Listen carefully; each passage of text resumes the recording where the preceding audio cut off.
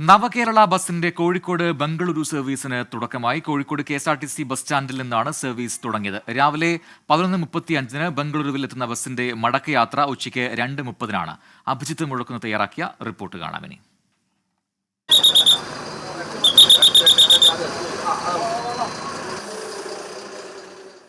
യാത്ര 4 മണിക്ക് ഇവിടുന്ന് കോഴിക്കോട് നിന്ന് സ്റ്റാർട്ടാവും ബാംഗ്ലൂരേക്ക്. അവിടെ 11:30 ആകുമ്പോൾ എത്തിച്ചേരും. അവിടുന്ന് തിരിച്ച് 2:30 മണിക്ക് എടുത്തിട്ട് രാത്രി 10 മണിക്ക് ഇവിടെ എത്തിച്ചേരും. അങ്ങനെ വിവാദങ്ങൾക്കെല്ലാം ഒടുവിൽ നവകേരള ബസിൻ്റെ കോഴിക്കോട് ബംഗളൂരു സർവീസിന് തുടക്കമാവുകയാണ്. ഗരുഡ പ്രീമിയം സർവീസായാണ് ബസ് റൂട്ടിലിറങ്ങുന്നത്.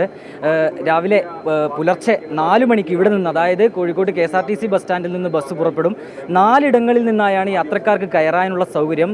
താമരശ്ശേരി, കൽപ്പറ്റ, സുൽത്താൻ ബത്തേരി, മൈസൂരു എന്നിങ്ങനെ 4 ഇടങ്ങളിൽ നിന്ന് യാത്രക്കാർക്ക് കയറാനുള്ള സൗകര്യമുണ്ട്. 7 മണിക്കൂർ യാത്ര ചെയ്തതിന് ശേഷം രാവിലെ 11:35 ബസ് ബംഗളൂരു ശാന്തിനഗറിൽ എത്തിച്ചേരും. ഏതായാലും യാത്രക്കാരൊക്കെ തന്നെ മുഴുവനാണ്. സീറ്റ് ആദ്യ യാത്രയുടെ ടിക്കറ്റുകളെല്ലാം ആദ്യം തന്നെ വിറ്റഴിഞ്ഞിട്ടുണ്ട്. മടക്കയാത്രയുടെ ടിക്കറ്റുകളും വിറ്റഴിഞ്ഞിട്ടുണ്ട്. നമുക്ക് യാത്രക്കാരോട് തന്നെ ചോദിക്കാം. ഇപ്പം CM മുഖ്യമന്ത്രി ഇരുന്ന സീറ്റിലിരുന്ന 2 യാത്രക്കാരുണ്ട്.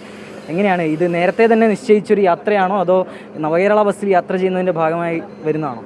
ഞാൻ വിചാരിച്ചത് ഒന്നാമത്തെ സീറ്റ് ആയിരിക്കും മുഖ്യമന്ത്രി ഇരുന്ന സീറ്റ് എന്നാണ് വിചാരിച്ചത്. പക്ഷെ അത് സീറ്റുകൾ വീണ്ടും റീഅറേഞ്ച് ചെയ്തപ്പോൾ ഒന്നാമതാവുകയാണ് ചെയ്തത്. അപ്പം ഞാൻ വിചാരിച്ചിരുന്നില്ല ഞാൻ മുഖ്യമന്ത്രി സീറ്റിലായിരിക്കും ഞാൻ വിചാരിച്ചിരുന്നില്ല. നമ്മളെപ്പോലുള്ള ഒരുപാട് ആൾക്കാർക്ക് ഒരു സൗകര്യമുള്ള ഒരു കാര്യം കൂടിയാണ് ഹൈഡ്രോളിക്കിൻ്റെ സ്റ്റെപ്പ് എന്നുള്ളത്. കാരണം ഒരു ഭിന്നശേഷിക്കാരാളെ ഇരുന്നവിടെ നിർത്തി കഴിഞ്ഞാൽ നേരെ പൊക്കിയ ഇതിലേക്ക് കയറ്റാൻ പറ്റും. അത് നല്ല സൗകര്യമുള്ള സംഭവമാണ്.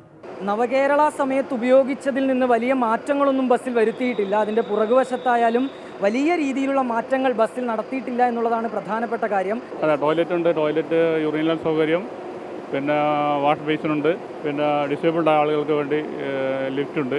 26 പേർക്കാണ് യാത്ര ചെയ്യാനുള്ള സൗകര്യം. ഈ 26 ടിക്കറ്റുകളും ആദ്യ സർവീസിലെ 26 ടിക്കറ്റുകളും ആദ്യഘട്ടത്തിൽ തന്നെ വിറ്റഴിഞ്ഞിട്ടുണ്ട്. ഞാൻ സൂചിപ്പിച്ചതുപോലെ തന്നെ 26 പുഷ് ബാക്ക് സീറ്റുകളുണ്ട്. 1171 രൂപയാണ് ടിക്കറ്റ് നിരക്ക്. ടാക്സിനത്തിൽ അധിക ചാർജുകളും വരും. ഏതായാലും ഈ യാത്ര നേരത്തെ നിശ്ചയിച്ച് യാത്ര ചെയ്യുന്നവരുണ്ട്.